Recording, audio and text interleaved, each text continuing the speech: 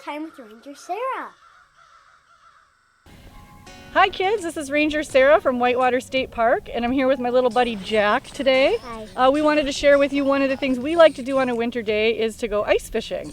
So if you check out my story time, I'm going to be reading the book Kitaq Goes Ice Fishing, and you can learn a little bit more about ice fishing and how it originated kind of up in the Arctic. Kitaq Goes Ice Fishing, a story by Margaret Nicolai. Morning in Kwethluk came quietly. The bed springs creaked as Atta rose to put logs in the wood stove that kept the little house cozy, even on the coldest winter night. Anna got up and lit the kerosene lamp that hung in the front room.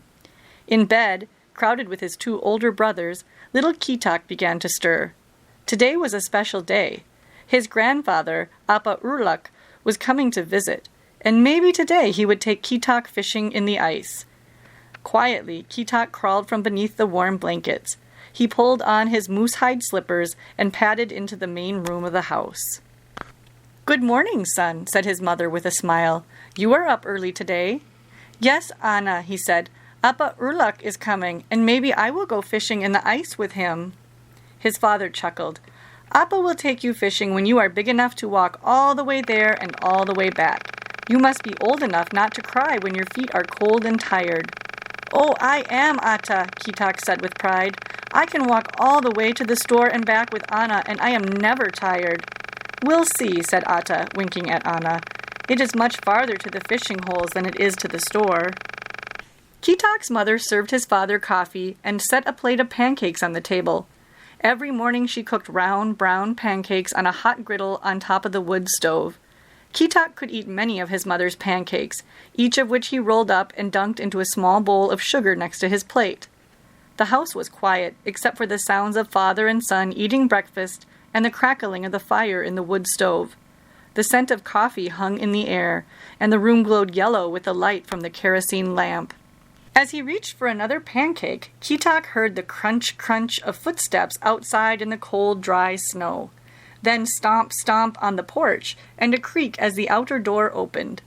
As soon as his grandfather appeared in the doorway, Kitaq raced to his side. "Appa, I am big now. Today will you take me fishing in the ice?" "Son, you must let Appa in and let him take off his atkuk," said Anna gently. Kitaq remembered that young people did not address elders unless spoken to. He looked down at the floor and went back to the table. He watched as Appa took off his alimatik and pulled his atkuk over his head. Grandfather sat on a chair next to Kitaq, while Anna brought coffee and another plate for pancakes. "You are up early today, Kitaq," his grandfather said with a wink. "Yes, Appa, I am awake because I knew you were coming, and I hoped you might take me fishing with you. I think I can walk all the way to the ice holes and all the way back, and I will not cry when my feet are cold and tired."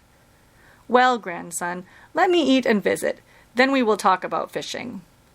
Kitaq nodded patiently and quietly finished his breakfast. His two brothers and two sisters were beginning to wake up. After breakfast, they walked the path to school. Next fall, when he was 6, Kitaq would join them. To show how big he was, Kitaq struggled into his layers of winter clothes. His fingers were still clumsy with the buttons on his flannel shirt, and the socks he pulled on were different colors, but he was proud to dress himself. Appa had finished eating and visiting. Kitaq slid next to his grandfather at the table. He had been so patient that he was ready to burst. "So, grandson, you think that you can walk all the way to the ice holes and all the way back, and that your feet would not be cold or tired?" "Oh, yes," Kitaq said. "I think I could do that." "Very well. You may go fishing with me today." Only big boys went fishing with Appa. Kitaq swelled with pride, and his face split wide in a smile. His feet wiggled in a little dance, and he threw his arms around Appa. "Ask your mother to pack your lunch, and I will go for the sled. When I come back, we will go fishing," Appa said, returning Kitaq's hug with smiling eyes. He left the house with a chuckle, shaking his head at his grandson's excitement. Kitaq watched Anna put dried fish and meat, some fried bread, a candy bar, and a drink into his atmak. When he heard Appa's steps in the snow, Kitaq was dressed and ready. He was out the door even before Appa opened it. "I am ready now," he said. "We can go fishing." "I see that you are ready, grandson. Did you tell your mother goodbye and remember your lunch?" asked his grandfather. Everything is here in the pack, and Anna is waving to us through the window. We are all ready to go fishing." Kitaq led the way as Appa pulled the sled along the path beside the river. "Slow down, grandson. The fish will wait for us. It is a long way. If you hurry, you will be tired," cautioned Appa. Kitaq sighed and slowed down for a few steps, then began to walk quickly again. Above the horizon the sun had risen, but it was still cold. Small puffs of breath circled Kitaq's head as he walked. After a while, Kitaq's footsteps slowed. The breaths came faster from his mouth as he trudged down the path. He could see the corner where they would turn and walk down the steep bank to the river. He knew the fishing holes were just beyond. Although they had walked for some time, the corner was still far away. Kitaq felt a little tired, but the thought of a fish on the line kept his feet going along the path, one in front of the other. Finally they reached the corner and stepped down the bank and onto the thick ice over the river. Tall sticks marked the ice holes. Kitaq handed Appa the ice pick from the sled so he could break new ice that had formed in the fishing hole. Next to the hole, Kitaq helped spread an old moose hide to kneel on. Using a dull metal ladle, Appa scooped the slush and ice chunks floating in the water inches from the opening of the hole. Kitaq handed his grandfather the fishing poles and the small bag of dried salmon eggs for bait. "Are you ready to fish?" Appa asked as he unwound the strings from the poles. Then he slid eggs onto the hooks and handed Kitaq a pole.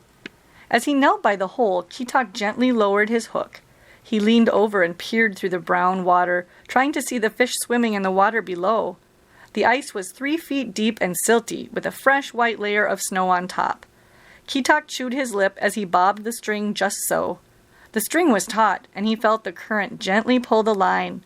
First a nibble, then a sharp tug nearly jerked the pole from his hands. "Appa, a fish!" shouted Kitaq. He jumped up and pulled hard on the line. Out from the ice came his beautiful silvery fish. It flopped about and almost fell back into the hole. "You have done well, grandson. This big lukriak will feed your whole family for dinner." Appa pulled the hook from the pike's mouth and slid the fish near the sled. Kitaq could hardly wait to lower his hook again. This time the fish made him wait a bit longer, but soon he felt another nibble and tug. In all, Kitaq caught 3 fish before his grandfather told him to stop and come eat by the fire he had made on the bank. Reluctantly, he left the hook and sat on a log to eat lunch. All that fishing made him hungry, and he ate quickly. "You may fish just a while longer, then we must go back. It is a long walk, and the day is short now," Appa said to Kitaq, who raced back to the hole to fish again. Kitaq sat bobbing the string, waiting and waiting. He knew that his grandfather was repacking the sled, and soon they would have to leave. This time the fish were not hungry. "We must go now, grandson." "But Appa, I know another fish will bite soon," pleaded Kitaq. "It is time to go now," Appa said. The tone of his grandfather's voice reminded Kitaq that his mother had told him he must obey Appa, and he turned sadly from the hole in the ice. He wrapped the string around the pole and tucked it under the cover of the sled. Then he climbed up to the path. Behind him he heard Appa straining to get the sled up the tall bank. He looked back as his grandfather topped the hill, and then he started on the path to home. "It is a special day when a boy catches his first fish," Appa said as they walked. "It means that now he can help feed the family. You must share your first catch. Mother will prepare a feast for the family and friends. It will be a celebration feast for you." Kitaq nodded, and he lifted his chin with pride, but he was too tired to answer. He had used up all his energy on fishing, and now the walk home was too long. His steps slowed until he stopped. "I am tired, Appa. I need to rest," he said wearily. "I cannot walk another step." "Then we will stop for just a minute," Appa said. "The sun is close to the ground now, and soon it will be gone. We must get home before the sky is dark." Kitaq sank onto the snow near the path. "I wish we were home now," he quavered. Appa laid his hand on Kitaq's shoulder and gave a gentle squeeze. "I know you are tired, grandson. You have walked all the way to the fishing holes. You caught fish, and now it is a long walk home. If you stand up and take one step at a time, we will be home soon." One tear ran down Kitaq's cheek. He was weary all the way through to his bones. He rubbed the tear away with his mitten. "Come on now, Kitaq," Appa said. "We must go. If you get too tired, just step on the runners of the sled and I will pull you." Kitaq got behind the sled as Appa put his shoulders into the rope harness. For a short time, Kitaq pushed the sled, and Appa felt the rope go slack. Then when he became too tired, Kitaq stepped on the runners and rested his head against the bar. The rope harness tightened, and Appa felt the weight of Kitaq's small body. As he pulled the tired fisherman toward the lights of the village, Appa smiled. As he walked, Appa remembered his first fish, caught when he was a boy more than 60 years ago. Many fish followed, but none was as special as the first. He remembered, too, his joy and pride as he served the fish to his own grandfather during his feast. Thinking of his tired grandson who napped on the runners of the sled, he felt the same pride. Though the sun was nearly gone and the moon shone in the twilight, it was only late afternoon when Appa pulled the sled up to Kitaq's house. He shrugged off the harness, then gently shook his sleeping grandson. "Wake up, grandson, and tell your mother of your success. I will bring the fish to show her." Anna was watching from the window as the fisherman returned. She opened the door. "Anna, I caught 3 fish," said Kitaq proudly. Anna looked at the fish, smiled, and hugged Kitaq. "Look at these! We will make a fine soup from them for a feast of celebration. You are a fisherman now." Warned by Anna's praise, Kitaq came in and took off his outdoor clothes. His feet were cold, so he sat and wiggled them near the stove. He was glad to be home in the cozy house. As Anna cut the fish for soup, Kitaq looked out at the darkening sky. He went to Appa, who sat at the table drinking coffee. "Thank you for taking me fishing, Appa," Kitaq said almost shyly. "You walked a long way, grandson. You walked all the way there. You caught 3 fish and walked most of the way back. Today was a special day for both of us. I am glad you are my grandson." Kitaq put his arms around Appa and gave him a big hug. He listened to the good, warm hissing of the soup pot and the cheerful humming of his mother as she cooked. He snugged his cheek to grandfather's chest and heard the beating of his heart. Soon the rest of Kitaq's family would come home, and they would help prepare the celebration feast. Aunts, uncles, cousins, and friends would be invited to come and share Kitaq's fish. The little house would be filled with happy people, but none as happy as Kitaq. Let's take it outside. We're going to show you a few little tips for ice fishing. So one thing, Jack, what is that thing you have? Remember what that's called? An ice drill, I think. Or an auger, yep. And so what do we use that for? To drill a hole in the ice to put the pole in. So yep, so you can fish with your ice fishing pole. So you can kind of demonstrate how it works. We won't drill a big hole because we've got a couple holes already going over here, but it's kind of fun, right? Get to use your muscles. And then you're going to need a fishing pole of some kind. If you check out the link that I'm going to add below here in the video, the DNR has a nice video on how to make a pop can fishing pole. And you can go to your local bait and tackle store or Walmart or Fleet Farm and just get the basic supplies to put together your own little pop can fishing pole. And I've caught a lot of fish on a pop can fishing pole. Those work really well. A couple other things you might want to have.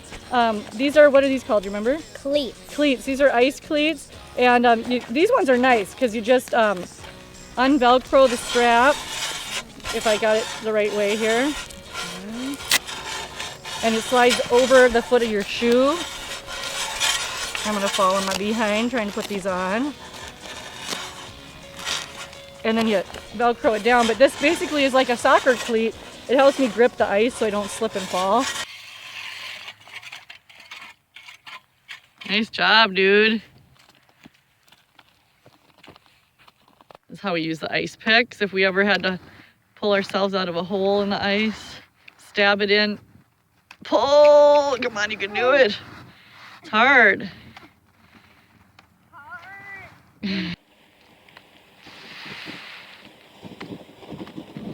Good job.